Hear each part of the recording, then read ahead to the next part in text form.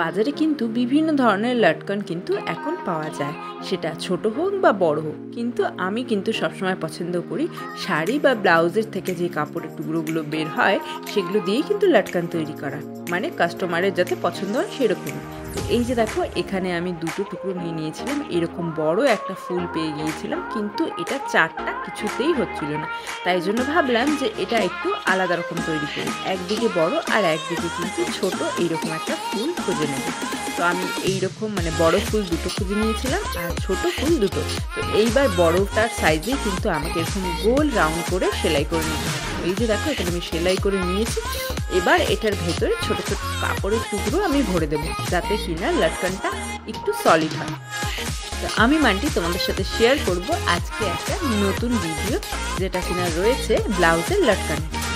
এই যে দেখো, আমি কিন্তু ব্লাউজের টুকরো কাপড়ের থেকে আরও ছোটো ছোটো টুকরো কাপড় করে নিয়ে ওটার ভেতরে ভালো করে কিন্তু ভরে নিয়েছি, যাতে কিনা লটকনটা একেবারে সলিড হয়, মানে মজবুত হয়, আর যাতে খুব একটা হালকাও না হয়। তো একদিকে কিন্তু দেখতে পাচ্ছ এখানে হোয়াইটের উপরে রেড কালারের ছোট্ট একটা ফুল রয়েছে, আর আরেক সাইডে কিন্তু গ্রিন আর রেড দিয়ে একটা ফুল রয়েছে।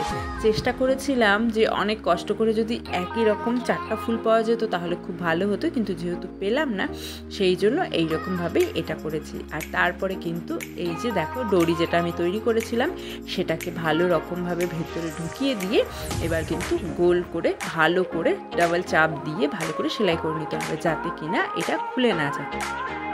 এটা কিন্তু আমি চাইলে হাত দিয়েও সেলাই করতে পারতাম, কিন্তু ভাবলাম মেশিন দিয়ে সেলাই করি, তাহলে তাড়াতাড়ি হয়ে যাবে আর কিন্তু সেলাইটা একেবারে টেকসই হবে। এইভাবে আমাকে ঘুরিয়ে ঘুরিয়ে এটাকে সেলাই করে নিতে হবে, যাতে একেবারে গোল হয়। আমি কিন্তু সবসময় গোল বা চারকোনা বিভিন্ন ধরনের এরকম ফ্লাওয়ার যদি থাকে তাহলে এইভাবে লটকন তৈরি করি, আর তা না হলে কাস্টমার যেরকম বলে সেরকমই বানিয়ে দেওয়ার চেষ্টা করি। তো এখানে কিন্তু লটকনটা আমি এইভাবে তৈরি করেছি, তোমাদেরকে ফাইনাল লুকটা কিন্তু অবশ্যই রাখবো। তো এই যে দেখো, দেখতে পাচ্ছ এখানে কিন্তু এইরকম হবে দেখতে, মানে একদিকে ছোট ফুল আর একদিকে কিন্তু বড় ফুল, আর এটা কিন্তু দেখতে খুব একটা খারাপ হবে না।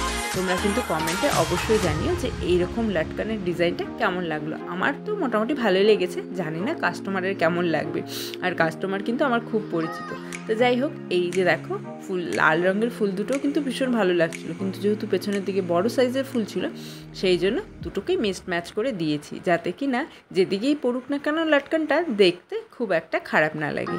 আর এইবার কিন্তু এটা লাগানোর পালা ব্লাউজে, আর ব্লাউজের ভিডিওটা কিন্তু তোমাদের সাথে অবশ্যই শেয়ার করবো। ব্লাউজটা কিন্তু দুর্দান্ত একটা ব্লাউজ হয়েছে, শাড়ির সাথে পরলে কিন্তু ব্লাউজটা ভীষণই ভালো লাগবে। তোমাদের সাথে সেটা অবশ্যই শেয়ার করব।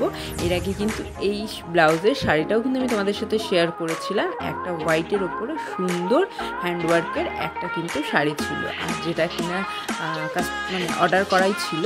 তো ব্লাউজটাও কিন্তু সে আমাকে বানাতে দিয়েছিল। তোমরা কমেন্ট করে জানিও এই লটকনটা তোমাদের কেমন লাগলো।